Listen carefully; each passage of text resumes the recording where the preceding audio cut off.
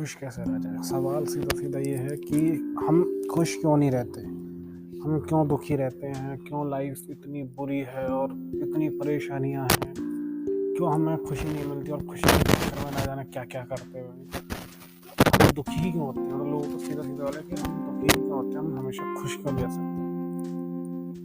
देखो, इंसान खुश रह सकता है, बहुत आसान है खुश रहना, बहुत ही मुझे ऐसा लगता है कि दुखी होने से ज़्यादा आसान खुश रहना है और वो लंबे समय तक टिकती भी है। पर अगर आपको सही डेफिनेशन पता हो खुशी की, देखो इंसान दुखी क्यों होता है, सबसे पहले सवाल है कि वो दुखी क्यों होता है। सीधा सीधा उसका जवाब है फियर, डर। उसके अंदर डर है। इंसान दुखी बहुत सारी चीज़ों की वजह से भी हो सकता है, पर उसका जो घूम फिर का जो कनेक्शन होगा वो फियर से होगा और कोई हो ही नहीं सकता। फॉर एग्जांपल कि किसी को ना आइसक्रीम बहुत पसंद है, बहुत ही ज़्यादा खाना पसंद है, लेकिन वो आइसक्रीम नहीं मिली, तो जो नहीं मिलने का जो फियर है ना, वो इंसान को दुखी बनाता है। अब आपने कहीं सोचा कि कहीं घूमने चलते हैं और सब कुछ सही हुआ, पर एन टाइम पे वो कैंसिल हो गया, तो वो क्या हुआ, वो फियर है कि भाई जाने वाले थे जहाँ खुशी मिलती, हमें मज़ा आता, अब नहीं जा रहे, इस बात का डर है। वो आप कुछ भी कर लो, आप पेपर में बैठे हो, नहीं हुआ तो क्या होगा, नहीं गया तो क्या होगा, ये होगा वो होगा, ये जो सब सोच रहे हो ना कहीं ये सब फियर है। कई बार कुछ चीज़ों से खुशी मिलती है, कई बार कुछ चीज़ों से खुशी भी नहीं मिलती है, लेकिन जिनसे नहीं मिलती है वो घूम फिर के कहीं ना कहीं वो फियर पे ही आ जाता है। लेकिन अगर फियर है तो फियरलेस कैसे बने, देखो वो मैं अभी थोड़ी देर बाद में समझाऊंगा कि फियरलेस कैसे बनते हैं, पर इसको थोड़ा सा और डीपली समझ लो उस टॉपिक को समझने के लिए कि खुश कैसे रहते हैं। इंसान खुशी का मतलब गलत निकाल देता है, वो प्लेजर के चक्कर में फंस जाता है। प्लेजर कैसे फंसता है, देखो ये भी ना थोड़ा सा और वीड है, बहुत डीप थोड़ा सा टॉपिक है। फॉर एग्जांपल कि आपने सोचा कि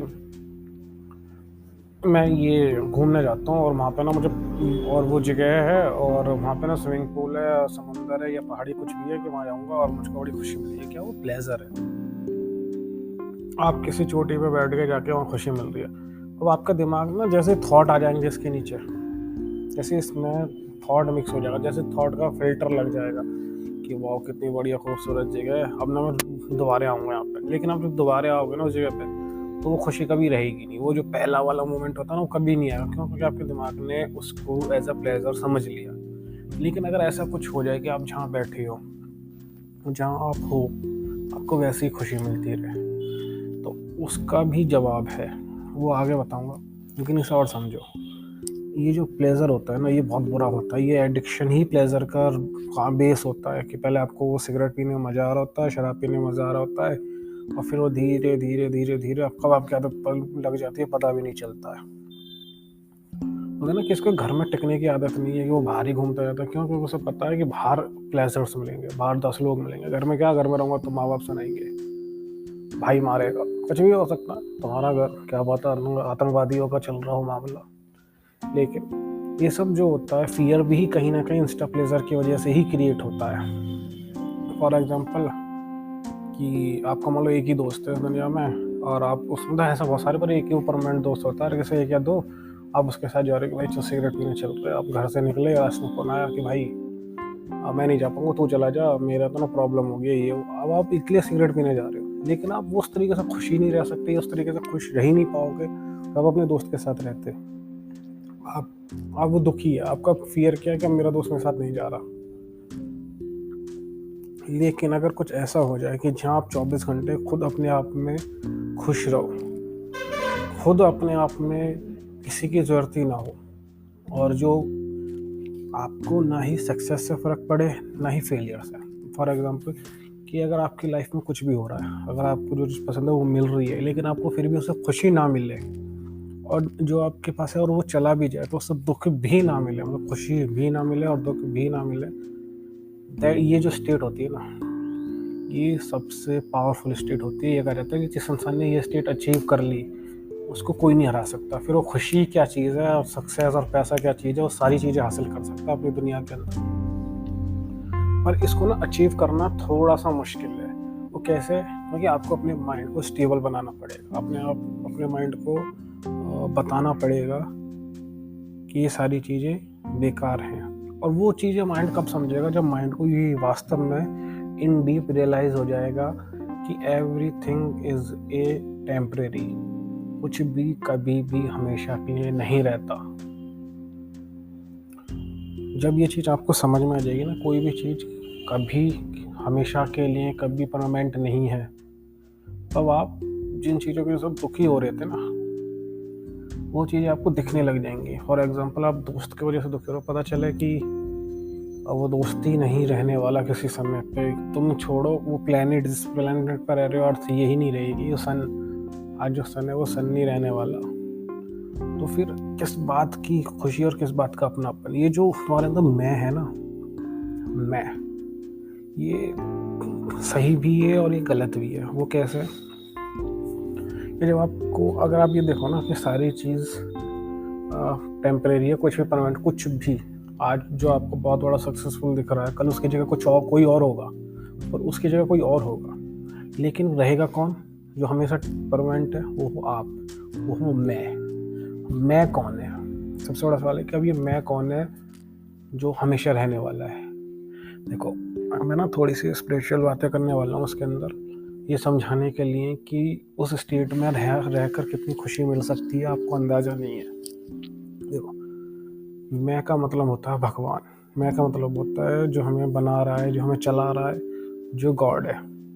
अगर मैं आपसे ये कहूँ कि आपकी जो अभी सिचुएशन है, जो लाइफ है, वो सबसे बेस्ट लाइफ है, ठीक, और उसको रचने वाला, जिसने भी वो आपकी लाइफ रची है, जिसने भी आपके बारे में सब कुछ लिखा है, जो भी आपके साथ होने वाला है या होगा या हो चुका है, उसने जो भी लिखा है वो अब तक का सबसे बेस्ट लिखा है। मतलब एक तरीके से मैं ये कहूँ कि आपकी सारी परेशानी कोई और हैंडल करेगा, आपको सक्सेसफुल बनाने का काम किसी और का होगा। आपको कोई, ये समझ लो एक तरीके से कि आपके ऊपर एक हाई लेवल प्रोटेक्शन है, हाई लेवल एक प्रोटेक्टर बैठा हुआ है, जो कुछ भी हो जाए आपको कुछ नहीं होने देगा। अगर आपको कुछ होगा ना, वो एक तरीके से वो होगा कि आपको एक छोटा खिलौना छीना गया है आपसे और उसको एक बड़े खिलौने के रूप में दिया गया है। मतलब अगर आपसे कुछ जा भी रहा है ना, आपको कुछ दुख दर्द या कुछ पीड़ा हो भी रही है, तो उसके जो कुछ मिलने वाला है ना, वो उससे लाख गुना बड़ा होने वाला है। इस बात की गारंटी मैं लेता हूँ।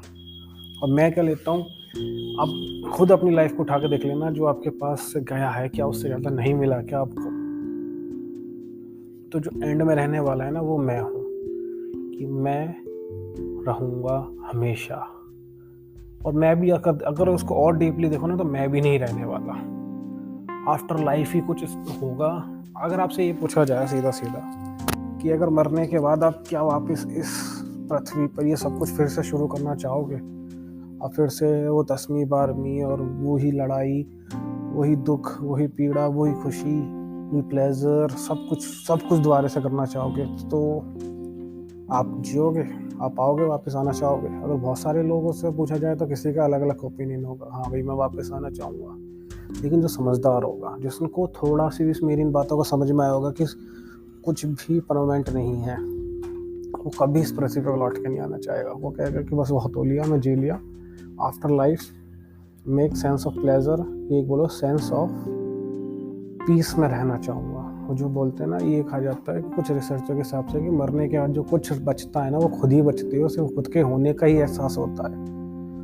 और आप जो सोचते हो ना, ये मैंने कहीं ये भी पढ़ा था कि मरने के बाद जिसका जो स्वर्ग होता है ना, वो उसके हिसाब से होता है।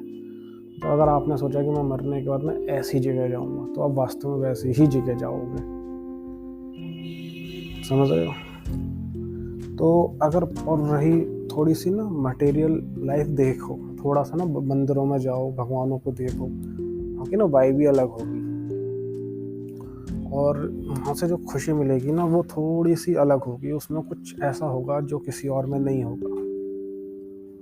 ये समझ लो एक तरीके से आपको ना सिर्फ सरेंडर कर देना है कि अब ठीक है, अब आपसे आज के बाद आप देखोगे, और वो वास्तव में अभी तक देख ही नहीं, बस ये आपको रियलाइज ही नहीं हुआ है। सीधी सी बात है, बस इतना समझ लो, कोई भी चीज़ परमानेंट नहीं होती। ठीक, सब टेम्परेरी है, सब A to Z, कुछ भी नहीं हमेशा के लिए रहने वाला।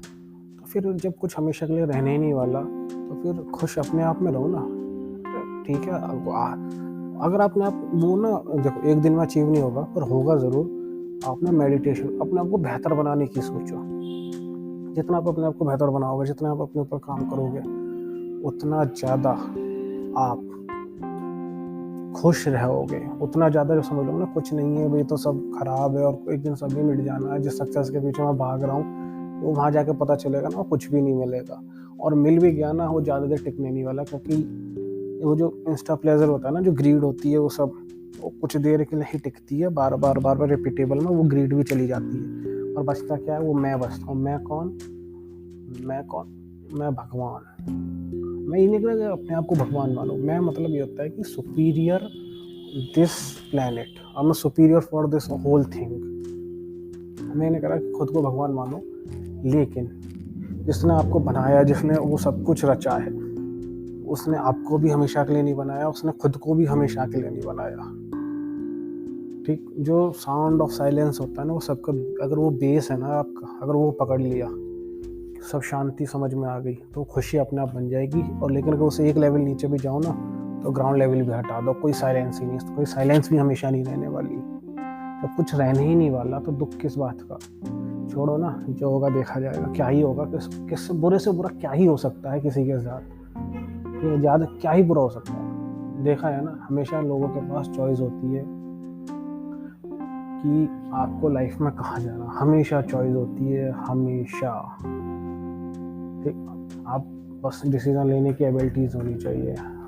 और इन लेवल को भी छोड़ दो ना, सब कुछ ही, तो सिर्फ एक ही चीज़ बचती है, वो हो तुम, जो तुम ही परमानेंट रहने वाले हो।